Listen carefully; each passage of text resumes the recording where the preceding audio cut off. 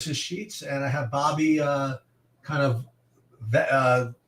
Bobby the Nomad. Just I don't even know where he is. I see a T-Mobile in reverse mirror fashion, but that's all the information that I have about where he is. What are you up to? I'm actually I'm at Starbucks, hoping I can talk quiet enough to not get thrown out. Had it happen before, but yeah, I've got family at my house today, so I had to get out of the house, so I ended up here. But I've been studying. I'm ready to do the slate, and ready to get into it. Well, as I mentioned before, there was the possibility we'd have to deal with this Liberty guy, and then Emmanuel quickly got ruled out as well.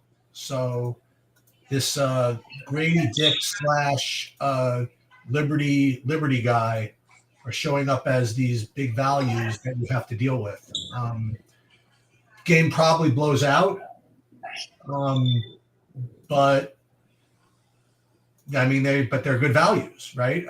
I do think that this is a slate that I can win because unfortunately Stacy has to go out, is going out to dinner, which means I can be around to do late swap stuff.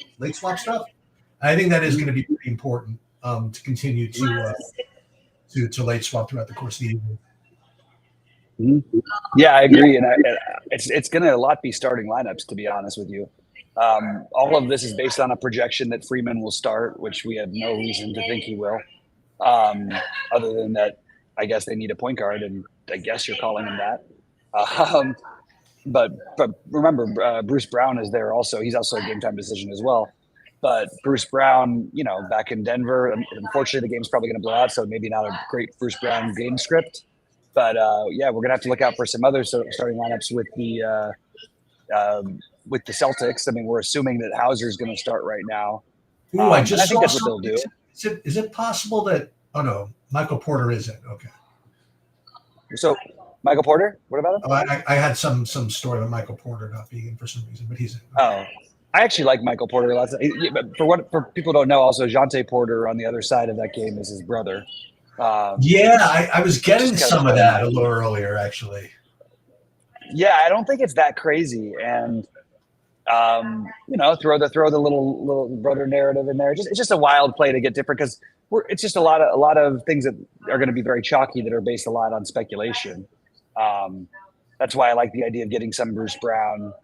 I like the idea of getting some of the obviously I like Grady Dick a little better than Freeman.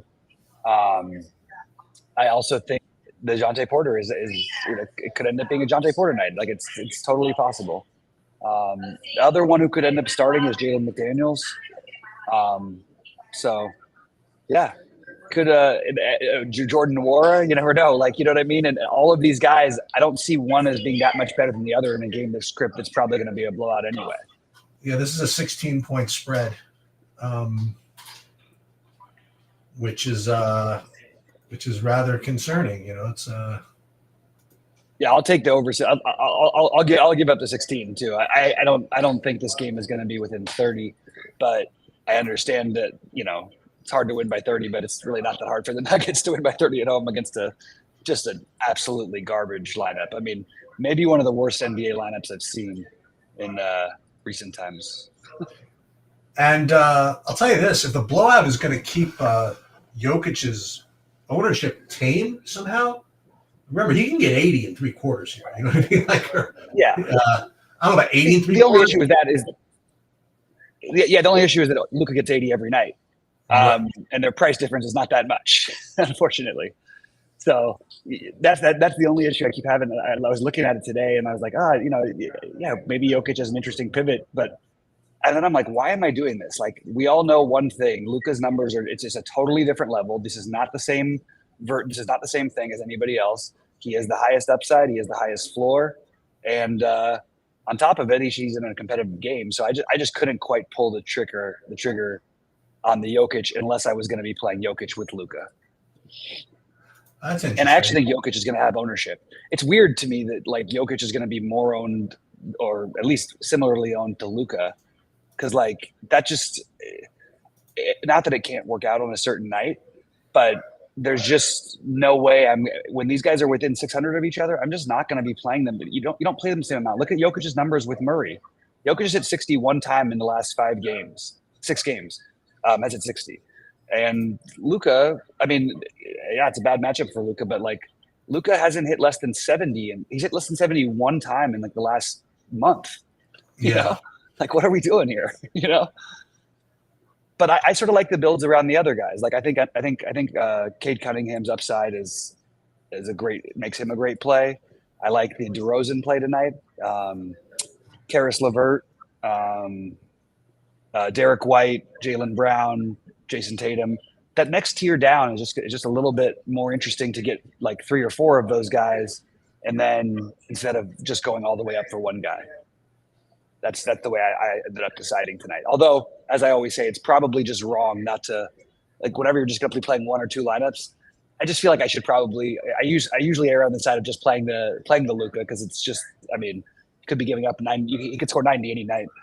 But tonight, I just think there's too many other guys with upside in the 8Ks that I like to get in the 50s, and I can't get 4 of them in if I play Luka.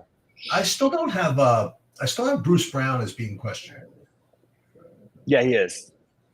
I mean, I don't have him out, is what I'm saying. Yeah. And they've been bringing him off the bench and not really giving him the run that I sort of would thought. He's probably the best real life player left on that team in some ways. I mean, I guess RJ Barrett's like the higher whatever, but like RJ Barrett probably wouldn't get rotation for a lot of contenders. Bruce Brown would be in the same rotation, but they're putting him in the same spot he's in, basically. Oh, you're just going to be the automatic 6-man to play 25 minutes, but that's the same role he would have on a championship team. It's kind of weird. To answer your question, MJ, do you think most people are going to have either Luka or Jokic in most lineups? I think that the answer is yes. Let me, for example, like, to answer that question, I played 150 lineups in that $4 or whatever today.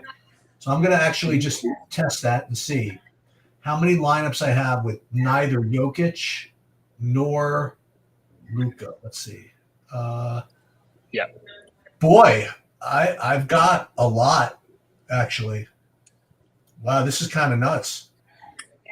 Of my 150 lineups in that lottery, like more than 80% of it. More than half have neither of them. Oh, more than half of neither. Yeah. Nice. Well, I don't know. Yeah, nice. I think that. Well, I think it is nice because I agree with what you said. I think that more than half the lineups will have them in, and I think there's a chance that it could be like a seriously high percentage. One more piece of news, and you're talking about probably 80% of the lineups have them in there. Just take that one more piece of news, which we don't have yet, but we've done this long enough to know that it's probably going to be something that we're not expecting. Craig Porter Jr. gets a start out of the blue, for example. Right. It's a back-to-back for them. What are you doing with this Garland thing, Sheets? Because the projections love him. I thought I was going to be getting a low-owned Garland when I was having the idea of it. And then I looked at the projection, and they just went nuts for him. I know the other guys are out, but we've had these guys out. It's a good matchup. I have 150 lineups. I have 10% of them. Interesting. So they're taking the big, strong fade stance. Yeah, I don't really have too much of him. I'm showing him as potentially this. What is he? The 3rd highest owned player on the slate. I don't know about that. I have. Well, that's what like 11%. I mean, Sabersim and the aggregate projections both have him over 30. Really? Okay. Yeah, and I think that there's a chance that it gets. Well, I don't know if it'll get higher than that.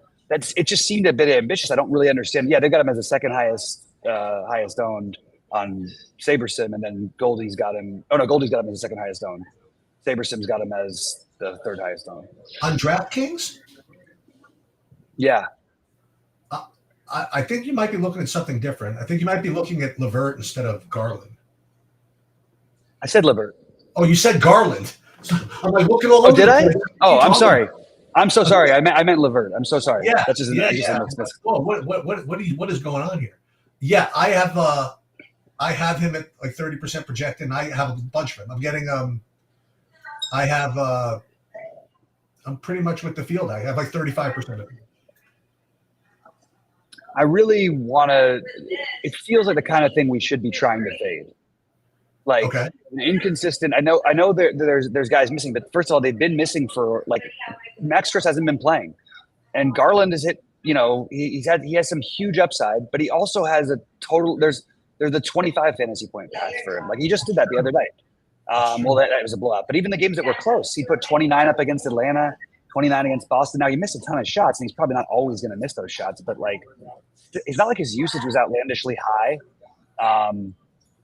I look, as of right now, I'm planning on playing him because I'm not playing many lineups. But I definitely think if I was multi-entering, I would try to get below the field, just because there is such a bust path. I'll tell you something else. I think this Craig Porter Jr. projection is low. Why is he not going to do what he's been doing? I mean, I don't know. Because there's a chance, just until recently, he was getting no minutes. You know, like even in this again, he played well yesterday, and there's no Strus today. I don't know. Strus wasn't there yesterday, was he? I guess. Okay. He hadn't been there for like 2 weeks, but he might have played yesterday. I don't know. Yeah. That's what I keep saying though. I also think that we're projecting Levert to start. There's a good chance that Sam Merrill ends up starting. Which is fine by me. Right, sure, and I'm fine to fade that too. By the way, because he'll be mega chalk then. But I'm also happy to play him off the bench. You know what I mean? Right. That's just the way that I'm looking at it. Well, let's be smart. Let's see what are we getting in this first game, I suppose. So, getting some of those guys I mentioned, some Bertans and Milic, whatever his name is, but not that much. Brandon Miller, like you mentioned. Getting a little Nick Richards also, but again, this is just in 150 matches, sprinkles and stuff like that. Detroit. I love Miller getting overlooked now. Miller has completely gotten overlooked on this slate, and I think it's a great time to play him. I guess that he would be the guy I like the best versus the field, because getting him sub 10% owned here is I just think it's a goal. Like it's just a great play. I don't need to see the results. I know it's a great play. And right now, Derek White. Go ahead. Sorry. I was going to say, right now I was seeing them getting like a whole bunch of Sam Hauser, but that could bust. There's no reason Sam Hauser has to smash. Yeah, I actually like Hauser in general, but yeah, that definitely could bust. The thing is, because Derek White is going to have ownership now, because what's his name will have ownership now, Levert obviously, and it's going to leave that's what's leaving Miller completely unowned at basically the same projection he had earlier today. And I think this matchup, I'm really into the Brandon Miller thing. I would bet all of his overs tonight. I really, really like him. So Pingler was asking about question about projections. Yesterday I played on rumor projections having for 18. For example, tonight, Freeman is showing up in lineups. Not a good play. It's a little different. I know Omarai, it was a little more speculative. I think I shouldn't say that. I mean, they thought that at 3K with the absence of Bagley and whatever that he would just get more run, and he just didn't. Whatever. I think that the Liberty, nobody says he has to. Nobody. First of all, as Bobby said, nobody said he has to start, and he's.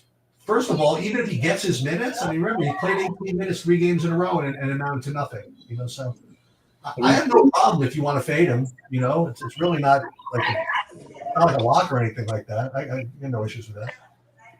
Yeah, I don't think anybody, that's the thing that's interesting about the values in it, is that I don't think anybody's like a lock nor getting treated like it, except for a little bit Trace Jackson Davis. I expect to be the crazy amount owned. And by the way, we don't even know if he's going to start. It's all speculation. Well, Pingler, you're saying that he's awful. Now again, remember you've been around the block, right? It's like there's a reason why these guys don't play unless 4 guys are out. You know what I mean? Right. It's they're just not as good as the 4 guys that were there before him usually. So you can't just say, oh God, Eugene Omori was bad. You know what I mean? Or whatever. I mean, this is the problem. These are what reserves are. This is why Liberty's projected for 20 fantasy points instead of 45. It's Right. just it's these are second and third tier players we're talking about. Yeah. And the truth is, it doesn't matter when it comes down to opportunity. Whenever they all are completely capable of when they have opportunity. Never like it used to happen all the time. Like when Memphis was bad, like they'd always because they would do their thing where they just rest all their guys if they played a back to back. They'd rest all their starting five. People would be like, "How could the people be playing Memphis? How could you play guys like from Memphis?" It's the same thing. People I have my friends who know about sports but don't know about DFS. They're always like, if I have a winning lineup, they ask me to see it. And they're like, "Why? How did you know to play so and so?" Or if it's another one, it's like, "Why would you play this guy? That's crazy. He's terrible." It's like it doesn't matter. It's just opportunity. It has not been mentioned yet, Kobe, that Miles Bridges is going back to Detroit. So thank you for mentioning it. He's going back to Oh Detroit. yeah, that's a good point. Yeah, MSU. Yeah, I like Bridges a ton too. Like I said, I won't have any lineups without Bridges or Miller. One of them, they're all going to have one of them. And I only playing one big lineup, but I'm sprinkling some other ones. They're all going to have one of those guys. I think Pingalore, and again, I might be talking out of turn, but I think you have to add Geomean to your filters. I don't think it's a default. I remember that I added it myself. So I could try to remember how to do that, but I'm pretty sure that that's what you need to do. You could post in the SaberSim Discord as well. But I'll try to figure out how to do that. But I don't think it defaults to that being an option. I think that you have to actually add that. Yeah. And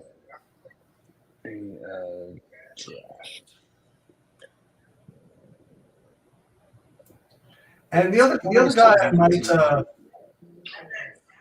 Geomean showed on my screen because I've added it. You know what I'm saying? That's the thing. I think I added that specifically. I could be, OG is saying it correctly. You have to add a custom metric. Yeah, I think that's correct. Okay. The other thing that I might do, just as far as as disclosure goes, see how things are going. I might do what I suggested earlier and kind of, I would say load up, but make a nice kind of like contrarian play on DeAndre Ayton. I love that. If things aren't kind of like progressing the way I want them, like I'm going to have guys from this game anyway. I have to make this decision before tonight, I think, because it's probably going to take the place of if I could make the call before 8, then I could take the place of Jackson. But I think I want to play Jackson. But if I was going to play, say, Jackson and Jokic, for example, considering Jokic might not be the greatest play anyway, maybe I'll go to 8 and something else. That's interesting. Yeah. Yeah, I think that's a really good way to get different on this slate. I think that if people are playing in that 7K range, under 7K, 67, whatever, they're going to play LeVert. They're going to play Derek White. Michael Porter Jr., I think, will get a little bit of love, but I don't think anybody is going to play Ayton. And I think that's interesting. That's what these slates are about. You're going to have pretty, it's a little less concentrated tonight because, and also it might look totally different because all I can tell you guys is that down the stretch of this year, make sure to really check what's happening with every starting lineup because teams are going to mix things up a ton. And people will say, oh, so-and-so started the last game. I'm like, well, they lost the last game by 25 and they've lost 3 in a row. Maybe this is the time they change it up. And it does mean a lot. So really, really keep an eye on the starting lineups more than usual.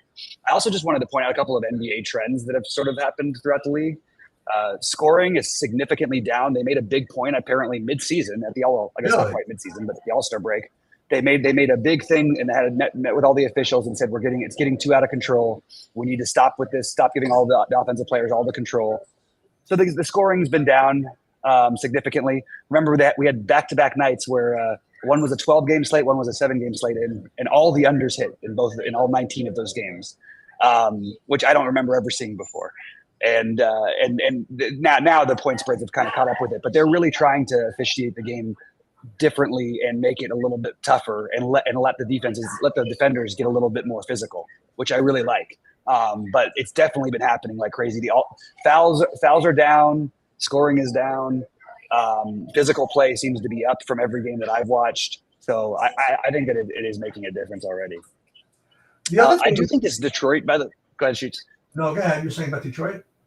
I was just going to say the Detroit Charlotte game. I think getting like a 4-man stack in that game and then using the other value pieces or the spend ups you like elsewhere is a pretty good idea. I really think that game. I don't like the Detroit. The problem is that everybody thinks Charlotte. Again, as I pointed out, Charlotte basically holds their team under 100 or they score less than 100 themselves. It feels like every game, but Detroit is so bad defensively. I think that the Charlotte side, is the side I would want to be attacking. And I think people are more on the Pistons side. I think that's a mistake. So I really like, I mentioned Bridges and Miller, but if I was multi-entering on that big one, I'd have 15% of Nick Richards. The Micious play I like, but I just want to point out, everybody likes this guy and keeps saying he's literally never paid off this price tag, but I think he probably will at some point. I just want to throw it out there that it's never happened before. He hit 30 once. And also like totally forgotten about, I feel like is sort of become like Bertans is like forgotten about now, because I think the projections are a little bit better for other people. And Grant Williams is being overlooked. So I just think just being well overweight on the Charlotte side feels like a pretty good idea to me tonight. I changed my mind from earlier. I would not play Isaiah Stewart and Jalen Duren together.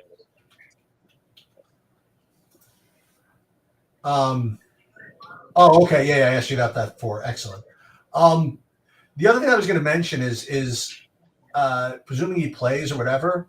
If you are going to play Jokic and with the idea that maybe the game seems somewhat close somehow, RJ Barrett's going to have to make like a whole bunch of shots. No, if you actually get Barrett playing, probably Barrett and a couple of other guys, but you'd have to imagine that if that game's within 20, like Barrett's got to be doing something. Yeah, unless we've seen Jordan Morris score 30 real life points, in a game. That Grady Dick is definitely can. So there's other ways. Kelly Olynyk. But yeah, you're right, probably. But somebody asked earlier about playing 4 Toronto guys. And that's my answer. If I was playing Jokic, I probably would be playing 4 Toronto guys because I'm hoping the game stays close enough, even though, like you said, he can get there in 3 quarters, but I don't think it's the optimal to try and count on getting that. I like what Kobe's question in chat here is. He said, or his thoughts in his question. He said his goal is to catch Scoot Henderson early before his massive end of season DFS jump, which I think he's right will happen. It's tough for it to happen. If there's a night to do it, probably while Ayton's playing makes it not as good. He's just coming back, so I would imagine they'd be careful with him because they really don't need anything from him this year. So I would say that maybe it is a little too early, but at the same time, I can't really argue with taking these unowned guys who have upside and they're not being treated like it. So I'm not going to do it. And I wouldn't do it even if I was playing more lineups, more than maybe a tiny bit, but I certainly think it's viable. And you never know, Jeremy Grant may be out, which would be a little bit of a boost for him. I think it's okay. I personally found myself building differently. Devin Vassell, it went from probable to game time decision. So that actually is probably important. The problem is, I guess that Trey Jones and Sohan and Branham will all look decent. But there's an outside chance they start Blake Wesley. Or Champagne. What you do have is you've got the Celtics guys. You've probably got a Hauser or a Pritchard or something like that. Or at least you could play those guys. And then if he's out, add it to your mix of your 4v4 swaps or whatever, because, I don't know. I think people are mostly going to have some exposure to Boston. So you should have some positions left. I just would want to have 2 positions after the first game. Well, and we have Champagne, who played 34 minutes against this exact team like 2 days ago and scored 36 fantasy points, and nothing wrong with that. It made me a bunch of money in one tournament earlier this year. I really don't think that he's a person we can try to project. There's absolutely no rhyme or reason to anything with his minutes. I really can't figure out what he's doing. 1 minute he plays 10 minutes, the next night he doesn't play at all. The next night he plays 20. even when he starts, sometimes he played like 7 minutes a couple of times when he started early in the season. But with Vassell out, it has to help. I mean, if he's out. Yeah, but he's not he doesn't do anything. Okay. He doesn't score or anything. It's like he's not going to get any usage from that. I mean, even yesterday, even with the game where he had a big game, he had a 15% usage rate. It's just basically he must have made 3. Yeah, he made 5 out of his 8 threes. That was it. So yeah, that's possible. But I think that it would be more maybe it would be Keldon Johnson actually. Okay. Or Branham or Wesley. I really would be curious to see who they start. Keldon's been playing well without Wemby, and maybe the minutes would go towards him. So Vassell is on the list of guys to look for. Asar Thompson still has not been confirmed, I don't think. No. That would be nice to know. Not that I've heard. Yep. Barrett, Bruce Brown, just some random stuff. Trace Jackson starting, that type of stuff. I like your idea of just a random awesome game out of Draymond Green. That could be fun. Miller, I'm trying to see if I can do this right. So, and then, the Bulls question in here. Jason's asking about the Bulls: Vooch, DeMar, Kobe White. I have it DeMar, Vooch, then Kobe White. But I think all 3 are totally viable, and that's just the way that I've got them. I like DeMar the best, but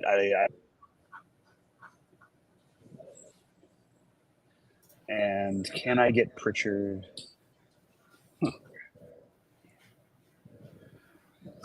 Whatever I have at lock is not going to even remotely resemble what happens at 10.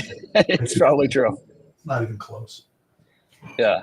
But all these different things are going to happen. You know what I mean? Not happen. You know, there's going to be. You watch we'll lock at 7:00, and then Craig Porter Jr. will be starting, and then you'll get Trace Jackson Jr. On the bench, and then you'll get. And then you'll get Bruce Brown in or not in. Then you'll get RJ Barrett out. You know what I mean? Then who knows? Yep, absolutely. Pretty even the only thing we're confident on so far is the Boston game. Except we don't know who's starting at the game. Actually, we do, right? We know who's going to. No, we don't know that Hauser will start. I think he will, but we don't. I don't think we know for sure. Either way, he'll get run because, they should be able to win that game. And they also really, it sounds crazy to say this, but they're so far up, they don't really have a whole lot to play for. Horford's in this Boston. Yeah. They really want to win. They're only resting Drew. That's it. Yeah. Stewart.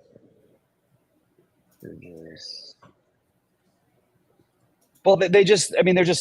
It's a first front of a back-to-back, and we'll see what they end up doing. We'll see what the game ends up looking like. The truth is they're just much better, so they can get away with it. Dude, I'll tell you this. Also, together, I think is fun. I'll tell you also this: resting quickly in this game is just the ultimate dump. You know what I mean? Toronto is desperately trying to lose. So let me just tell you this: so Toronto right now would have the 7th pick of the NBA draft if all of the lottery balls held up. And Toronto will lose their pick if they have the 6th, if they're not a top 6 pick. So they lose the pick to Milwaukee if not for that. So they need to lose desperately. So Toronto, don't try and tell yourself a story about Toronto. If they pull out a win tonight, this team is going to be trying to tank down the stretch. They cannot risk just losing a top 10 pick. So, but they don't even have to try to lose this game. This game they're going to lose anyway. I don't think they have to try very hard either. But my point is that you're resting quickly. You're literally dumping the game, and when you're dumping the game, you really want to have a 50% owned Javon Freeman Liberty. You know what I mean? I don't know. Right. Who you well? That's the thing, though, is really who are you going to play though? Say this isn't Jemias Ramsey season tonight or something. Exactly, though. You're right. I agree with that. That is what it could be. or who else? Or I guess that's it, right? Who else can play? Oh, well, Grady Dick, obviously, he's going to be owned also. I guess these guys have to play. I mean, like, oh my God, Garrett Temple's on the team. Yeah. He actually played a bunch of games and then just stopped getting it at all. He did. Yeah. I'm still getting punished for that turnover.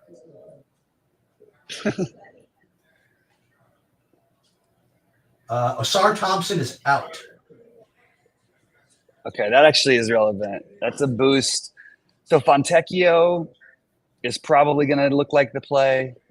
There's a chance it'll all probably look better for Isaiah Stewart and Cade as well. And I think that game just becomes more stackable. Yep. Jaden Ivey, basically everybody in the top 5 of their guys left. Nuora showing up a little. Yeah, we have, I think with him out. So was he supposed to start, Thompson? So then someone's going to start. You know what I mean? Like. Yeah, and I'm actually curious who that's going to be. They may start Fontecchio, but they may just keep him off the bench, and they may start Fournier. How about Marcus Sasser? And then they wouldn't start Sasser, I don't think, but he probably is an interesting tournament play. They could start Quentin Grimes. Grimes makes a lot of sense. Well, we'll find out, but I think it's going to be fun. I think it's a nice boost for Kid. I think it's a nice real upside boost though for Cunningham in general.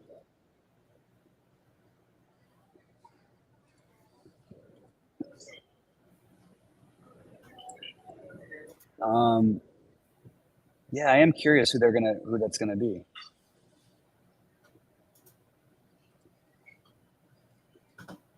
Let's see if I can.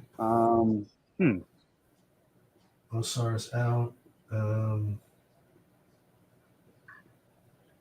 gonna assume 30. That's 50. That's fine. I think Fontecchio is the guy you want, regardless of who starts. Well, that's a good question, my Vandy. That's what Bobby was suggesting earlier. Is LeVert worth the fade considering the ownership? Maybe. Yeah, I think I'm on the page of now starting to possibly fade him, just because I'm gonna like that. This gives me. I remember I like to stack that first game. This gives me all the reason to get a nice 4-man stack. You play Cade with one of the other Detroit guys, and I think you could pick any of them. But I like Fontecchio. And I think Brandon Miller and Bridges on the other side are really good plays. So that's sort of how I'm going to build. Wemby, no minutes limit per pop.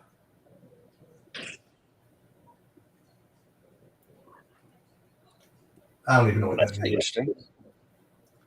But I mean, for him to say that, because he's stubbornly said things before and then played guys a bunch of minutes. So it's kind of weird for him to say no minutes limit. No minutes limit. He'll be good for 23. That's it. Right. That's the other thing is everybody in DFS, they know they have the worst opinions. If you ever want to hear the worst opinions, listen to the coaching opinions about DFS players about basketball. They'll tell you why Spoelstra's terrible. They'll tell you why everybody's the worst coach of all time, and it's just because they're not they're not playing their guys like 75 minutes every game. Yeah, exactly. Just because they're not playing a DFS friendly game. Right. All Miami does is where fantasy points go to die, but like they outperform every single season. I mean, like Miami has like no players, and they're like in the championship like every year. It's like, yep, that's right. I played Freeman. I might even end up with the Freeman Liberty because I literally just got the perfect lineup I want, and it's the one piece I can fit. I think I'm going to do it. Well, I love this build. I don't even want to touch it. I won't touch it no matter who's starting. I don't think I want to play Fournier. Play who? I don't think I want to play Fournier. I don't. I mean, they've got plenty of guys they could use. Grimes could play the minutes. Right. But it's going to be Fontecchio.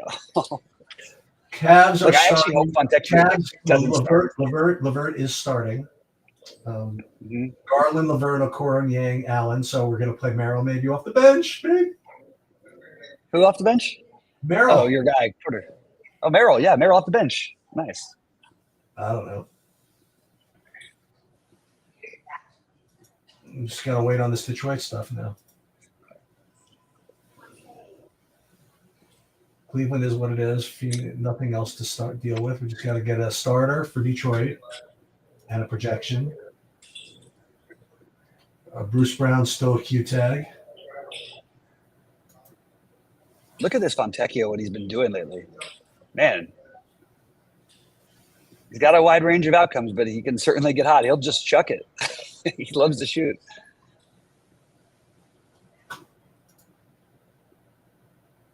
And you got to think Fontecchio coming off of 41. Why not?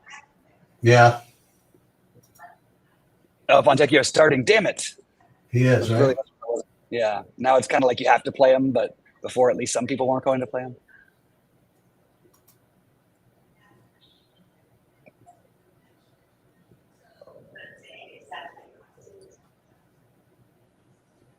So miss it.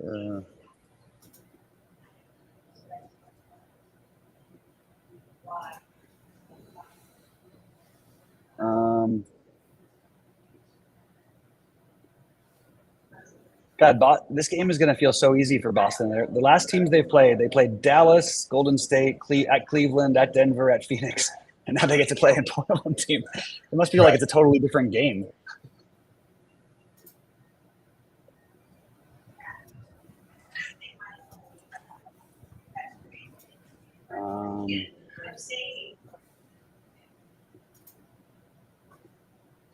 All right, I like my lineup. I'm sticking with it. We're just going to lock in Ayton and be done with it. Is that the story? I love that. I love that idea, by the way. I think you can do it. And the good thing is, no one's going to prove me wrong. No one can prove me wrong until the slate's over because it's the last game. That's right. The thing is, I actually think it's a really good play. I just happen to like my build, and I think I'm just different enough.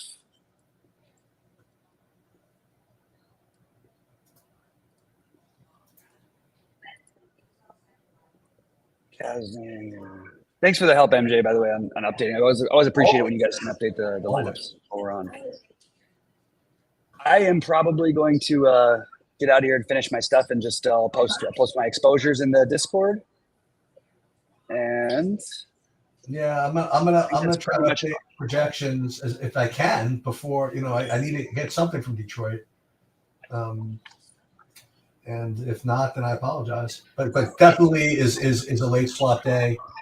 In optimal world, you're swapping at 725, 755, 855, and 1025. Yep. That's not to say that you have that you have to, but that's optimal. All right, I guess we'll get going. Good luck, everybody, and go DeAndre. All right, good luck, man. Take it easy.